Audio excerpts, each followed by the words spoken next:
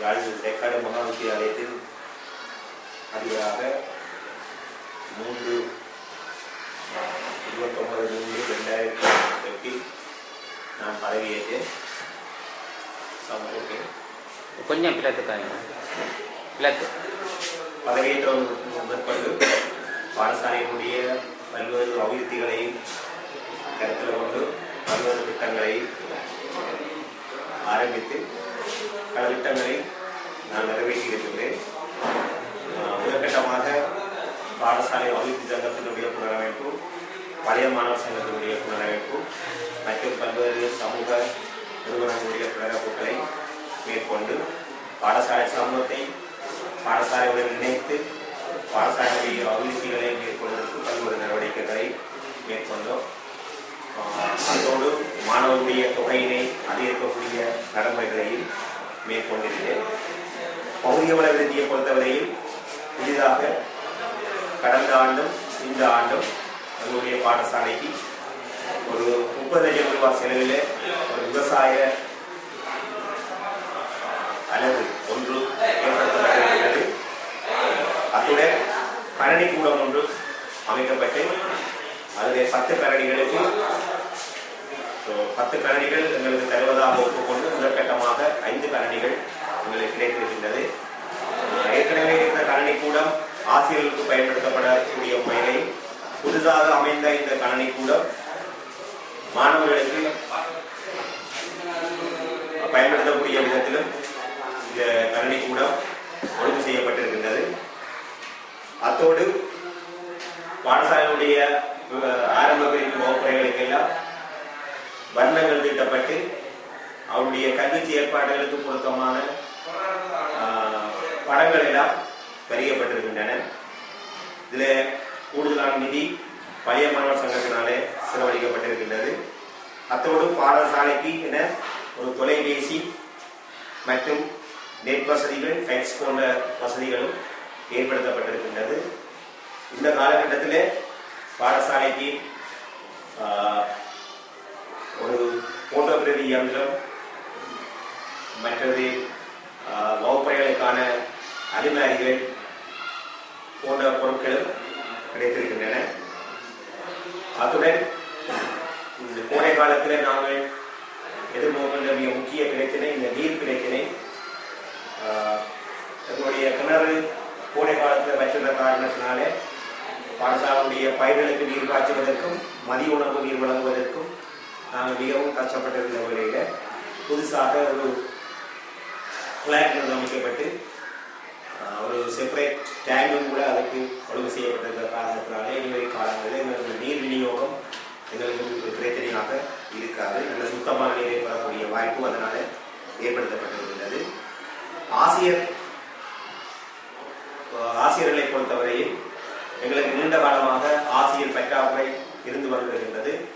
அதில் குறிப்பாக இந்த ஆரம்ப பிரிவு ஆசிரியர்களை பொறுத்தவரையில் எங்களுக்கு ஒரு ஆசிரியர் என்னும் இல்லாத சூழ்நிலையில் எங்களுக்கு படிப்படியாக இப்பொழுது 4 நிரந்தர ஆரம்ப பிரிவு ஆசிரியர்களும் 3 இணைப்பில் வந்த ஆசிரியர்களுமாக 7 ஆசிரியர்களை நாங்கள் பெற்றிருக்கின்றோம். இதே போலவே ஏனைய பாடங்களுக்கான பல்வேறு ஆசிரியர்களையும் நாங்கள் பெற்றிருக்கின்றோம். இதில் நிரந்தரமாகவும் இணைப்பிலையும் பல ஆசிரியர்கள் கடந்து சென்று கொண்டிருக்கின்றார்கள். ஏறத்தாழ 31 ஆசிரியர்கள் நிரந்தரமாகவும் ஏனைய 11 ஆசிரியர்கள் இணைப்பிலையும் இங்கே கடமையாடி கொண்டிருக்கின்றார்கள்.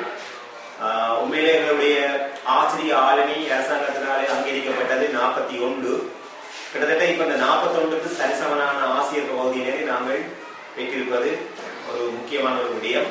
ஆனால் இதுல சில சமயங்களில் அந்த இணைப்புள்ள ஆசிரியர்கள் மீண்டும் வன்னி மாவட்டத்துக்கு செல்லக்கூடிய ஒரு நிலைமை ஏற்படும் இடத்து எங்களுடைய ஆசிரியர் பற்றாக்குறை மீண்டும் ஏற்படக்கூடிய வாய்ப்பு உண்டு. தவிர தற்பொழுது எங்களுக்கு அந்த பிரச்சனை பெரிதாக இல்லை என்றே நாங்கள் குறிப்பிட முடியும். கடந்த வருடம் நடைபெற்ற ஏஎல் பொதுப்பரீட்சையை பொறுத்தவரையில அண்மையில் அதனுடைய பெறுபவர்கள் எங்களுக்கு கிடைத்திருக்கின்றன. இந்த பெறுபவர்களே கணித பாடத்துறையில நாங்கள் சாதனைகளை பெற்றிருக்கின்றோம். அதுல ABC எடுத்த ஒரு மாணவன் மாவட்ட நிலையிலே 103 அண்மித்ததாக ஒருவரை பெற்றிருக்கின்றார். ஏனைய துறைகள் எங்களுக்கு பெரிதாக கை கொடுக்காத இடத்திலும் இந்த கணிதத்துறையை பொறுத்தவரையிலே கூடுதலான சித்திகளை மாணவர்கள் பெறக்கூடியதாக இருக்கிறது. அதிலே கணிதத்துறை, விஞ்ஞானத்துறை, வர்த்தகத்துறை, கலைத்துறை என 4 துறைகளை நாங்கள் இங்கே வைத்திருக்கின்றோம். இதிலே விஞ்ஞானத்துறையிலும் வர்த்தகத்துறையிலும் நாங்கள் பெரிதாக சாதனை படைக்காவிட்டாலும் கணிதத்துறையும் கலைத்துறையிலும் குறிப்பிடத்தக்க மாணவர்கள் பெறுபவர்களை பெற்றிருக்கின்றார்கள்.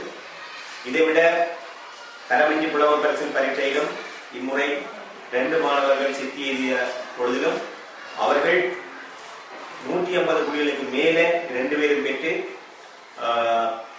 மாவட்ட நிலையில உச்ச நிலையில் இருக்கின்றார்கள். அத்தோடு இன்னொரு சிறப்பம்சம், அந்த மொத்த மாணவர்கள எங்களுடைய பாடசாலையை பொறுத்தவரையில 40 புள்ளிகளுக்கு மேலே சராசரி புள்ளிகளாக எல்லா மாணவர்களுக்கும் கிடைத்திருக்கின்றது. அதில ஒரு 7-8 மாணவர்கள் எழுத வாசிக்க தெரியாத மாணவர்களாக இருந்தவர்கள் நாங்கள் அவர்களுக்கு விசேடமாக மேலதிக வகுப்புகளை வைத்து அந்த எழுத வாசிக்க ஊட்டியதன் பேரில் அவர்கள் கூட அந்த எழுத வாசிக்க தெரியாத மாணவர்கள் கூட சராசரி புள்ளியாக 40 புள்ளியை பெற்றதன் மூலம் அனைத்து மாணவர்களும் அந்த பரீட்சையில கட் அவுட்டை வெற்றி நாங்கள் கருத்தில் கொள்ளாமல் அந்த 40 புள்ளி சித்தி புள்ளி என்று நாங்கள் கருதுகின்ற அந்த புள்ளிக்கு மேலே அவர்கள் இருந்திருக்கின்றார்கள்.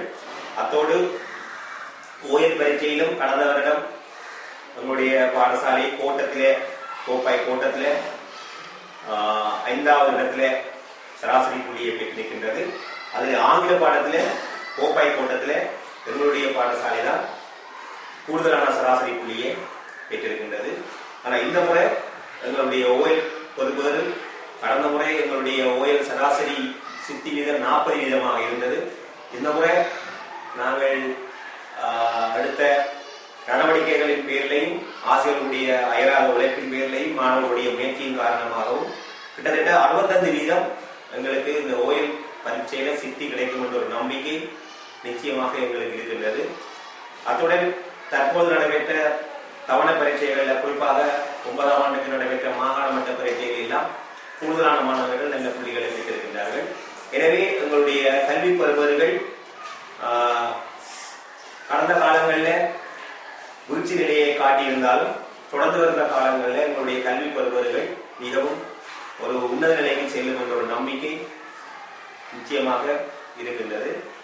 அடுத்தது இணைப்பாடுகளான செயல்பாடுகள் என்று சொல்லுகின்ற பாடசாலையினுடைய ஏனைய மாணவர்கள் பங்கு பெற்றிருக்கிற ஏனைய துறைகளை நாங்கள் எடுத்து பார்க்கும் பொழுது விளையாட்டுத் துறையில எங்களுடைய மாணவர்கள் கடற்பந்தாட்டத்தில் கோட்ட வலிய மட்டங்களில் சில இடங்களை பெற்றிருக்கின்றார்கள். குறிப்பாக இந்த தாட்சி போட்டி கடந்த 2 வருடங்களாக எங்களுடைய ஆண்கள் அணியினர் பெண்கள் அணியினர் கோட்ட மட்டத்தில் 1ஆம் இடத்தையும் வலிய மட்டத்திலையும் 1ஆம் இடத்தையும் பெறக்கூடிய வாய்ப்பு தாட்சி போட்டியில எங்களுக்கு கிடைத்திருக்கின்றது. இதைவிட ஏனைய ஆங்கில போட்டிகள், தமிழ்மொழி திறன் போட்டிகள் போன்ற பல்வேறு போட்டிகளிலும் கோட்டம் வலியம் என்ற ரீதியில மாணவர்கள் பெறுபவர்களை பெற்றுக் கொண்டு வருகின்றார்கள். இதைவிட சமூக சார்ந்த பல்வேறு நடவடிக்கைகள் அல்லது சமூக மன்றங்கள் அல்லது வேறு நிறுவனங்கள் நடத்துகின்ற பல்வேறு போட்டிகள், கட்டுரை, கவிதை, பேச்சு போட்டி போன்ற பல்வேறு போட்டிகள் மற்றும் புதறில் போட்டி போன்ற பல்வேறு விடயங்களிலும் என்னுடைய மாணவர்களை நாங்கள் அந்த போட்டிகளில் மாணவர்களை பங்கு பெற்ற செய்து அவர்களும் குறிப்பிட்ட சாதனைகளை எடுத்துக் கொண்டிருக்கின்றார்கள். இதில் அந்த எங்களுக்கு ஒரு முக்கிய பிரச்சனை இந்த போக்குவரத்து பிரச்சனை. மாணவர்களே போட்டி பெரும்பாலும் போட்டிகள் கோப்பாய் அல்லது யாழ்ப்பாணத்தில் தான் கூடுதலாக நடைபெறும். ஆனால் நாங்கள் இங்கிருந்து கொண்டு இந்த பிள்ளைகளை போட்டிக்கு அனுப்புவது மிகவும் ஒரு பிரச்சனைக்குரிய விடயமாகத்தான் இருக்கின்றது. இருந்த பொழுதிலும் நாங்கள் அந்தந்த போட்டிகளில் முழுமையாக மாணவர்களை அனுப்பி இந்த போட்டிகளில் பிள்ளைகள் பங்கு பெற்றி செய்து கொண்டிருக்கின்றார்கள். அத்துடன் பரிசீலிப்பு